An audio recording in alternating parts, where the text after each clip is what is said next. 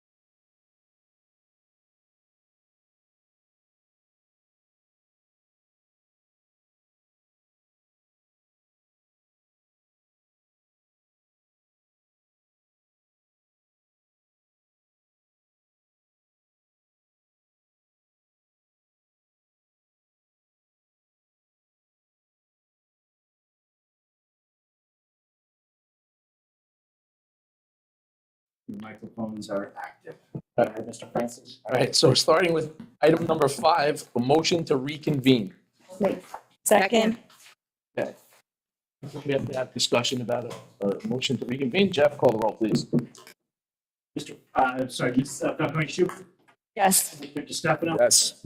Mr. Falcone, Yes. Mr. Grunfelder, Yes. Ms. Gulon, Yes. Ms. Johnson is absent, Ms. Turkington, Yes. Ms. Polachina, Yes. and Mr. Francis. Yes. Okay. All right, I'm turning it right over to Mr. D. Item 6 is approval of minutes.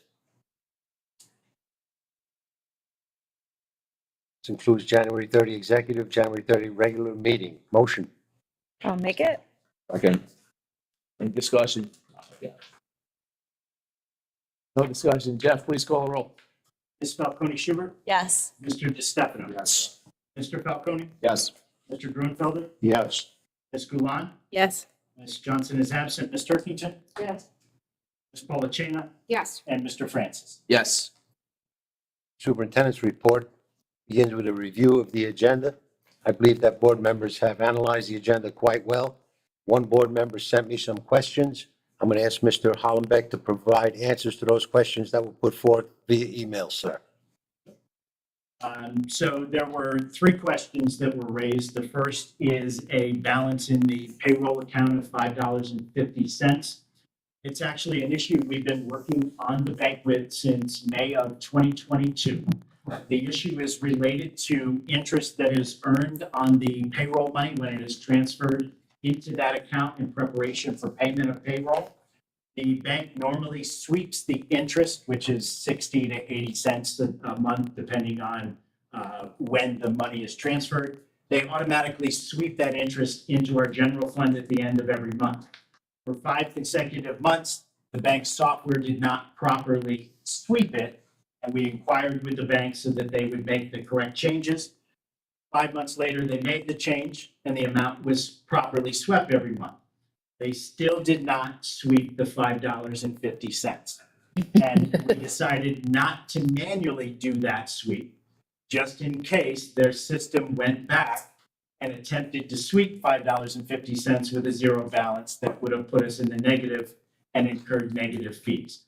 So when you look on the monthly treasurer's report for each of those months, it's been reconciled. It's actually not money that was underpaid or overpaid to a payroll employee. It's simply interest that we were waiting for it to be resolved. And with the switch to the new banks that occurred on yesterday, March 1st, all of the paperwork and transfers have been completed. That $5.50 was automatically moved to the new bank as well. Question on Amazon, sir? The second question that was posed was, are purchases through Amazon legal? Yes. Amazon is part of a purchasing cooperative. It accepts purchase orders. The way it works is that an individual at the school level puts in a requisition for an item through Amazon. They send a screenshot of what they want. The business office processes and approves the purchase order, and then the business office actually goes on to a special account dedicated Amazon website where the orders are placed. Amazon has just rolled out a new component that actually saves us time because the secretary has to go in and add the items to their personal cart at the school so they can print out what the price is and what the items are. Amazon has now created a system whereby any of the building secretaries can enter it directly into a portal. It then, along with the requisition that they enter in our purchasing software, comes over to the business office. The purchase order is approved, and then we hit approve in the Amazon software, and we enter the purchase number, and it goes through just like any other vendor order. So there was a question regarding payment to a staff member for training. Sure. So the staff member in question is an athletic trainer who needed to attend a training class on AED so that he could both certify and train additional staff members on the use of the AED. Unfortunately, that organization does not accept purchase orders. So he was approved to take the class, pay with his own personal credit card, and then be reimbursed by the school district, just like staff are who attend other trainings, who take college classes and the like. Thank you, sir. Ladies and gentlemen, Going through the agenda quickly, there is one additional item that needs to be made on the addendum, and that has to do with the fact that it is recommended by the superintendent that the board accept the bid of Mr. Smith and Mr. Dorchert of $275,000 for the sale of the garage. That will begin a process. It doesn't mean it's a final thing. I've been working with Carmen at Borzio firm. She's been very directive as to what I should do. And of course, I don't want to screw this up. So, right now, we're just looking at, this is the initial phase of that sale. So when we get to the addendum, we'll add that. Other than that, we do have, nothing out of the ordinary in terms of recommendations. Co-op is doing very, very well. We received a $550,000 check from the East Orange Board of Education yesterday, which was overdue by 6 months, but we're very happy to get that. We had to do some special, how you say in English? Encouragement. You can't say it in English. It worked well.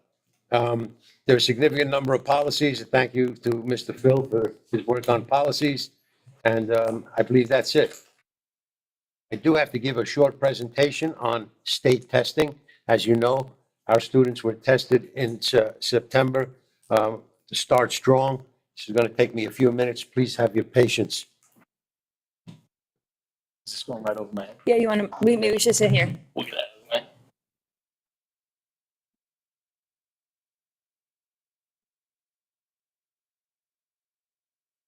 My favorite, Phil. Yeah. A good presentation. Well, hope this one doesn't. So let me explain my madness here. I'm supposed to go over the test results for over a dozen different grades and tests and give you all the sub items. That's almost impossible to do, partially because many of our subgroups have less than 10 students, and it would be needless public labeling if I put forth at grade 4, 3 kids who are a certain ethnic group. So I've limited to the percentage number are the overall tests. Kids, ELA grade 4, 34% of those kids were at a level 1, which means strong support is necessary. 41%, I'm sorry, 27% were at a level 2, and 39% were at a level 3. That's all the kids in that grade level. Please don't be disappointed at first the way you look at this. Level 2 and 3 are not that much different.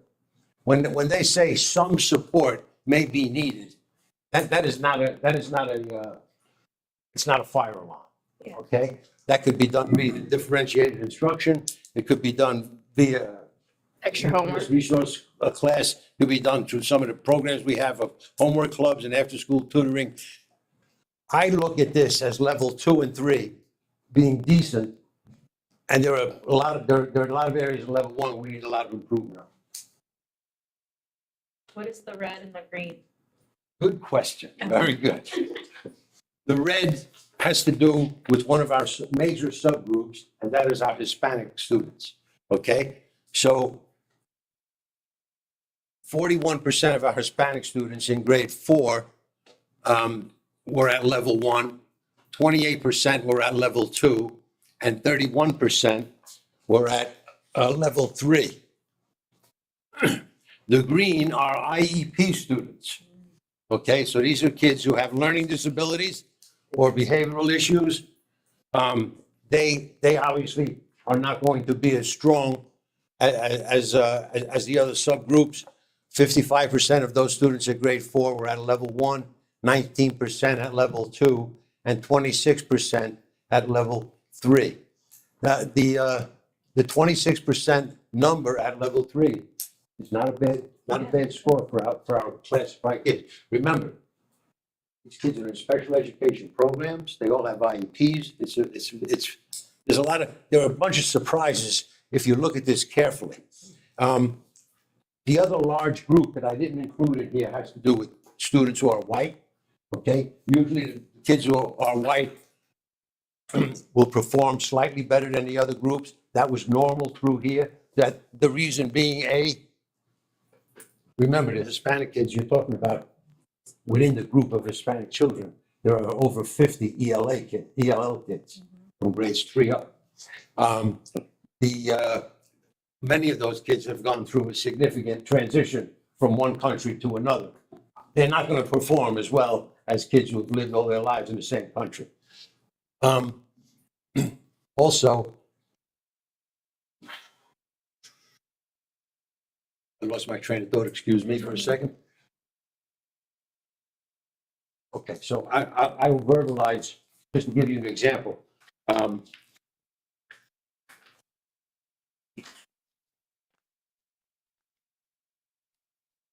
In ELA at grade 4, the percentage for white students was 31% at level 1, 26% at level 2, and 44% at level 3. So you get the idea that those they tend to be slightly better. Interestingly, in some subjects like science, the Hispanic students were the highest scorers. So there's always surprises. And in ELA grade 6, 29% of the special ed kids scored at level 1 as opposed to 27% of the other of the Hispanic kids and 38% of the overall group. So there are surprises in this. I'm not going to go over each and every grade level. If anybody wants this information, I can email it. I'll email the PowerPoint to them. So would you move on to the next page? I did that. At the higher grades, we have more of a difficulty in certain areas. Our algebra 2 is something that needs to be significantly looked upon. Our geometry scores need to be significantly looked upon. Those are simply poor scores. We need to break down the skills that need to be tested in those areas, and we got to concentrate on those skills, especially with remedial programs. You must remember that last year, there were no basic courses in some of the subjects. All the kids took college prep. I do believe that had a negative effect on scores, and that was put in by my son, Joe.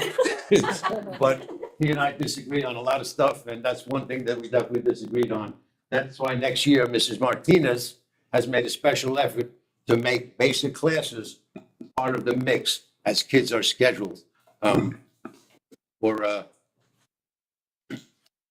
are scheduled for next year. Oh, I can't believe it worked.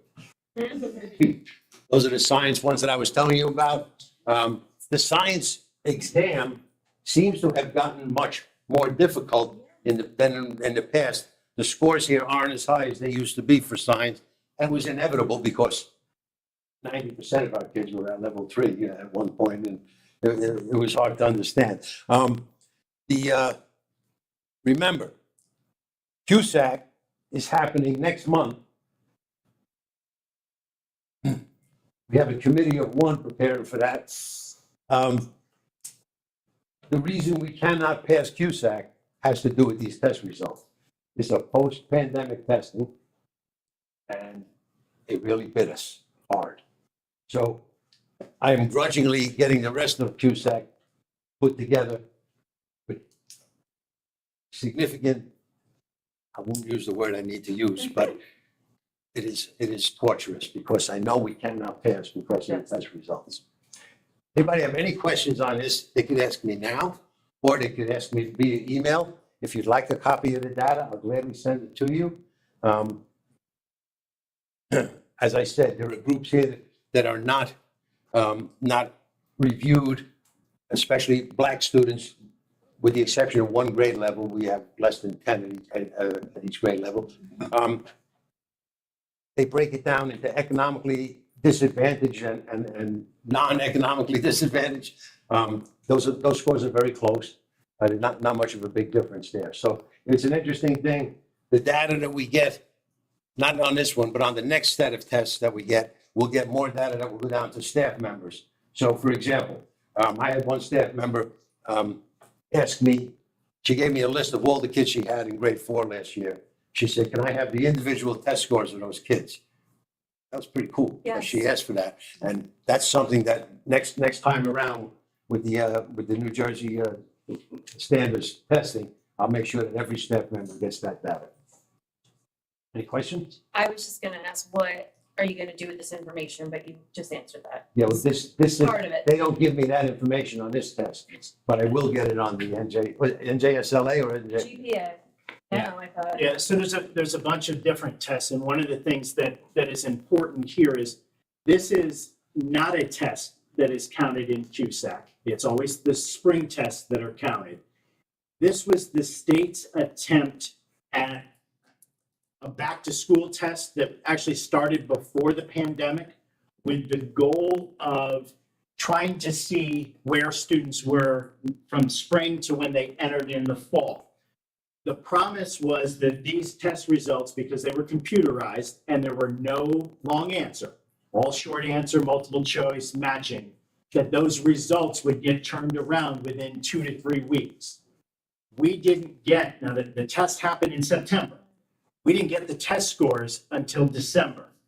So again, the goal is noble, right? Giving you data on where students are entering. But when it comes 4 months into the school year, it's very, very difficult to use it to plan meaningful instruction in groups right off the bat. It's one of the reasons why we continue to do some of our own benchmark testing, because we can turn around that data a lot more quickly than the state has been able to. And the report that Art just went through with you is very limited on the details. The spring reports, we get much more in-depth details. These are, skimming is probably the best word reporting wise. Are they gonna give these students the same test again to see if there is an improvement? No, so it is, these tests are a different format. Right, There's no open-ended, no responses. right. They are the same general standards, but again, not the same questions. So even the spring test, there are different versions of the test, depending on if you have certain disabilities that require certain accommodations. There are only certain versions of the test that have those accommodations built in. Not every kid in the same grade level gets the same form of the test, so they Right. don't all get the same questions. Not every standard is assessed on every test. So the two of you could get an 8th grade math test, but not the same standards are all assessed on that test. So they do a lot of extrapolation of the data to Okay, come up with cut scores and things like that. And that, what is a passing score from one year to the next? That cut score changes behind the scenes based on their data analysis across the entire state. thank you. Mr. Hollenbeck is also the district testing coordinator. God bless him. Many hats. There's only like 10 questions per test, so if you get 1 or 2 wrong, And right, it's very basic. This Like a one- nursing one in the test. spring is more. Yeah. This fall one's a very, very short test. I know, it'd just be interesting to see how well the students would Yeah, the do pre at and the the, post test, that would make sense. so that way you could see like, okay, we fixed the issues that they were having, or. But teachers little- are doing that with like their SGOs. Okay. That's only just like one snapshot of an assessment. And then you have like a lot of other ones to pick from. Like, The students of the month. Oh, I'm sorry, we have to do the second reading and approval of the superintendent's HIB report for January 23, as presented at the January meeting on January 30th, and approval of the superintendent's HIB report for February 23. Motion to approve. Second? Second. Thank you. Any discussion? Hearing none. Jeff, please call the roll. Ms. Falcone Schubert, Yes. Mr. DeStefano, Yes. Mr. Falcone, Yes. Mr. Gruenfelder, Yes. Ms. Gulon, Yes. Ms. Johnson is absent, Ms. Turkington, Ms. Polachina, Yes. and Mr. Francis. Yes. Thank you. Listed for your interest are students of the month from the high school grade 8 through 12. Very quickly, Paxton Riley Herrera, Miguel Angel Vargas Restrepo, Georgia Reardon, Antonio Sudak from last month, Jacob Dora, Anthony Haynes, Victor Moraes, Abigail Polachena, Julia Santiago, also student athletes of the month, Jenna Fataruso, and a young man whose name I do prefer not to butcher, last name Mr. Stupar. God bless him, and I'm sorry, I don't want to. TT, he goes by. TT. Yeah. Congratulations to the Hopatcong Middle School students who made the honor roll, and also congratulations to high school students who made the honor roll. Are there any parent-teacher organization reps here? I always have something to say. I know, me too. Do you mind if I just say? Of course not. So my comments are just strictly, project graduation related. So my comments are about the Harlem Wizards event. I want to thank everybody, including our very own Bill Falcone, who came out, to be our ref. Staff members from all of the schools that participated were absolutely amazing. We had some amazing parent volunteer. I have a whole list, but it would take me all night to read the entire list. So I will not do that, but I will let you know that Project RAD had a stellar event with almost 700 people in the building.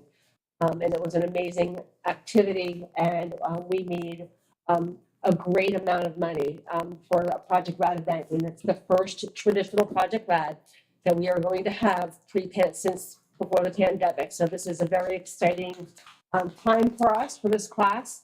And we're looking forward to a wonderful event. So there'll be other activities coming to help continue to support that activity, including other working in our favor, Candy Bar Bingo, which is scheduled for tomorrow evening. Doors open at 6:30, calling starts at 7. So Candy Bar Bingo is just a fun, relaxing night out where you literally win candy for getting bingo. And it's only $5 per card to come in. So we hope people will come to that. And then the next upcoming event is a comment as a drama parent, drama related. The spring show is May 4th, 5th, 6th, and 7th, and we are performing by Liberty. And then the middle school is actually doing a performance the following weekend called Something Silly Happened at the Theater. It's actually a series of short plays written by our very own Carrie Batchy. So those activities will be coming soon. So please look forward to attending some of those events that are coming up.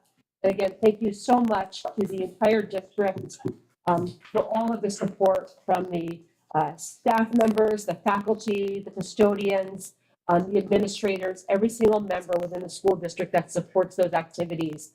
They would not be successful without your help and your cooperation, and your generosity and your time is truly appreciated. Thank you very much. Thank you. Also to piggyback with the project graduation is we have the PTSO Tricky Tray coming up on March 25th. March 25th. Project graduation will receive approximately 40% of the proceeds to help go to a fabulous project graduation. So come on out and support that. I do believe they are selling pre-sale tickets.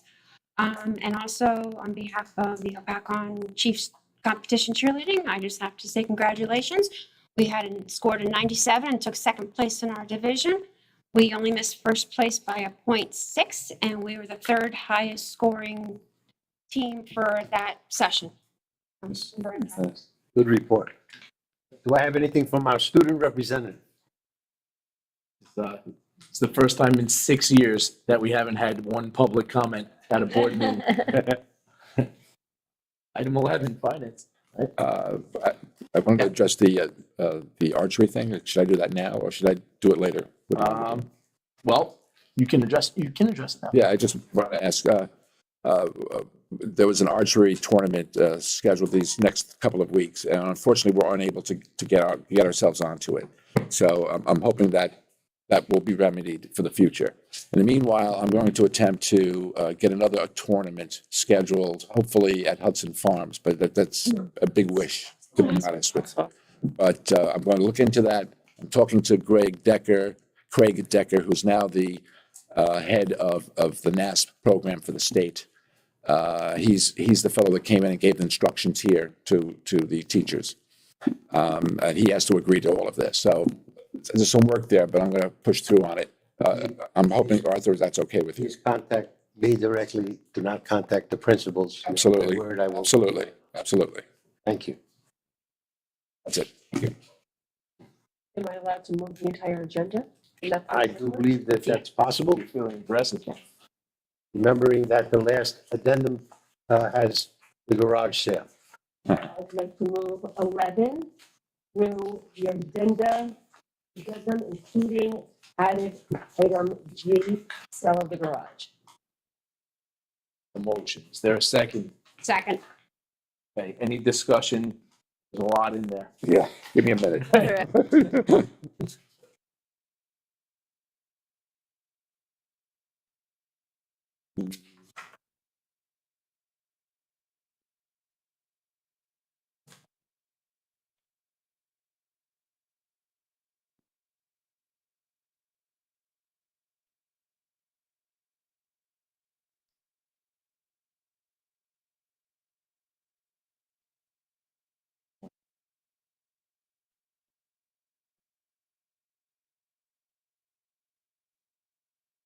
Oh, I did have one question.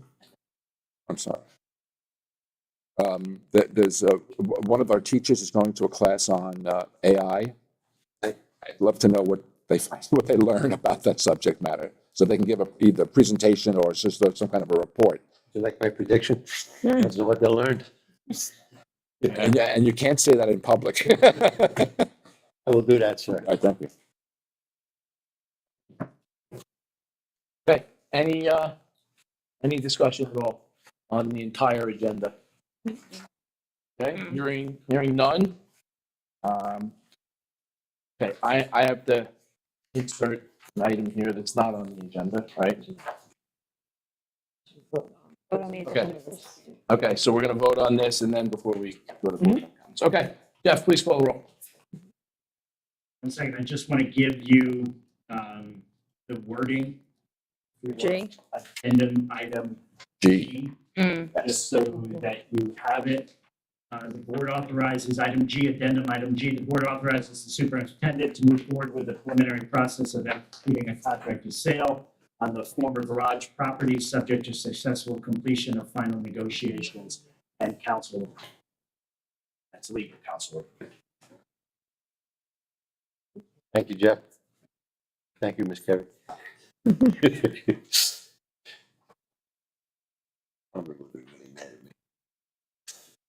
It's very direct. Every person in the world, I'm afraid of. Should take that as a compliment. And I'm sorry, on the motion, who made the motion, please? Jackie, And the second. Jen.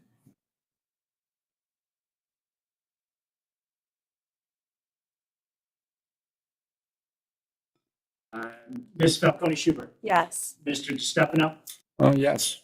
Mr. Falcone, Yes. Mr. Grunfelder, Yes.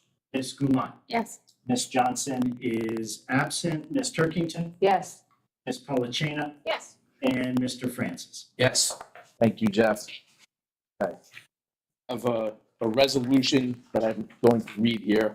I'm going to ask for a motion to approve the resolution after I'm done reading the resolution. Bear with me, my voice might be a little shaky and it's a little long. Whereas the board is responsible for protecting and maintaining the integrity of its operations, and whereas the board has an obligation to ensure that the Hopatcong School District is well-run, and whereas the board recently was made aware of alleged comments and actions by board member Gerard Grunfelder that potentially jeopardized the operations of the board, and whereas the School Ethics Act was enacted to ensure and preserve public confidence in the integrity of elected and appointed school board members and school administrators, NJAC 6A28-1.1.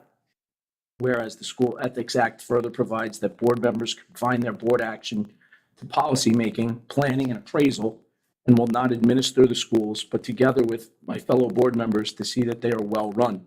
NJSA 18A1224.1. Whereas the School Ethics Act further provides the board members are prohibited from taking private action that may compromise the board, NJSA 18A1224.1. Whereas the alleged comments and actions by board member Gerard Grunfelder, if proven true, may violate the School Ethics Act and/or Code of Ethics for school board members. And whereas the board cannot and would not make an ultimate decision as to guilt or innocence, but recognizes that the appropriate place for such a determination is the School Ethics Commission, which can weigh the relevant evidence and testimony. And whereas the board takes the alleged conduct seriously, which it hopes to have addressed in the appropriate forum to allow the board to focus on the district's business while maintaining the confidence of its employees and the public. Now, therefore, be it resolved that this board empowers and directs the board president to file an appropriate complaint with the School Ethics Commission with regard to the alleged violations of the School Ethics Act and/or Code of Ethics for school board members with the assistance of the board's attorney. And be it further resolved that the board directs and empowers the board president to file this action with regret that such action is necessary, but believes it is left with no other alternative in order to have this matter reviewed and concluded while maintaining the public's confidence in the board. Asking for a motion to approve. Okay, is there a second? Any discussion? Yeah, I have a question. It's a legal question. Is it necessary for the board to make such a resolution, or cannot an individual member of the board, or anyone for that matter, do so on their own? So any individual member of the board or member of the public can file an ethics complaint against any sitting. So technically, we don't really need to do this, is it correct? So if the board wants to support the I mean, file, what's the difference? I mean, if an individual does it as opposed to the board, does it carry any extra weight? so I do think it does in the eyes of the School Ethics Commission, but legally, the board as an entity does not file a complaint, an individual does. So when the board expresses concern for the actions of an individual board member, it is typically done in this way, such that the board is designating an individual member of the board to make that filing with the assistance of legal counsel. So in this case, the president would be. Correct. Yeah, I got it. All right, that's it. Okay, any other discussion? Okay, hearing none. Jeff, please call the roll. Item H, the resolution as read, motion by Mr. Falcone, seconded by Ms. Polachina. Ms. Falcone Schubert, Yes. Mr. DeStefano, Oh, Mr. Falcone, Yes. Mr. Grunfelder, No. Ms. Gulon, Yes. Ms. Johnson is absent, Ms. Turkington, Yes. Ms. Polachina, Yes. Mr. Francis. Yes. All right. Thank you, Jeff.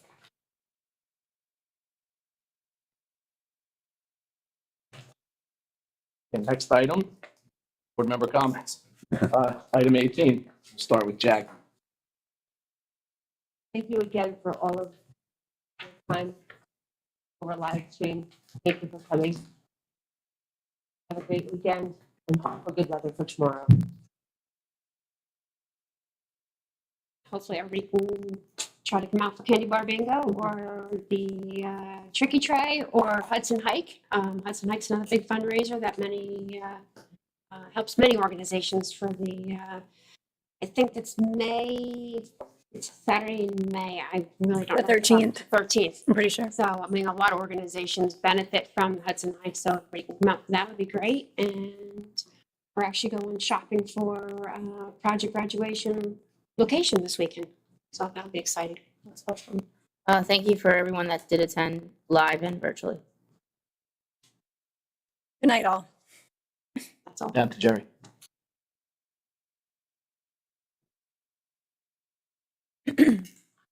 I certainly am not happy with this resolution and I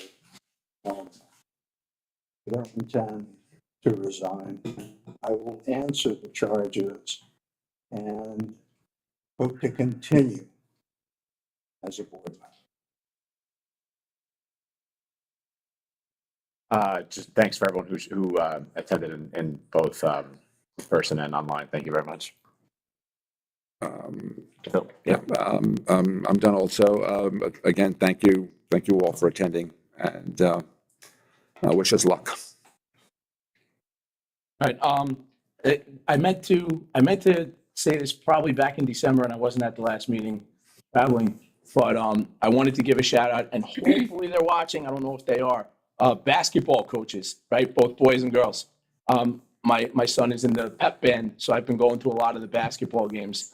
And for anyone that's been to a Hopatcong basketball game, both of those coaches, the men and the women, dynamite, right? A lot of passion, a lot of excitement. So I thought that was really cool, and I wanted to give them a shout out.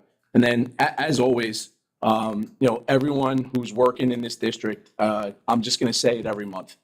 We thank you. In particular, I know there's people who have stepped up with the loss of staff. I mean, it's incredible what you all are doing. And I wish we could get some help from some entity out there in charge of helping us, because you guys are really holding the line and doing an amazing job. I always want to thank my peers. This is not the easiest thing in the world to do, but it's also kind of rewarding. So there's the positive side of it as well. Kerry, Jeff specifically, Art specifically, I don't know how you guys do it, but I appreciate it. And I think everyone else does too. Is there a motion to adjourn? A second. All in favor? Aye. Thank you, guys.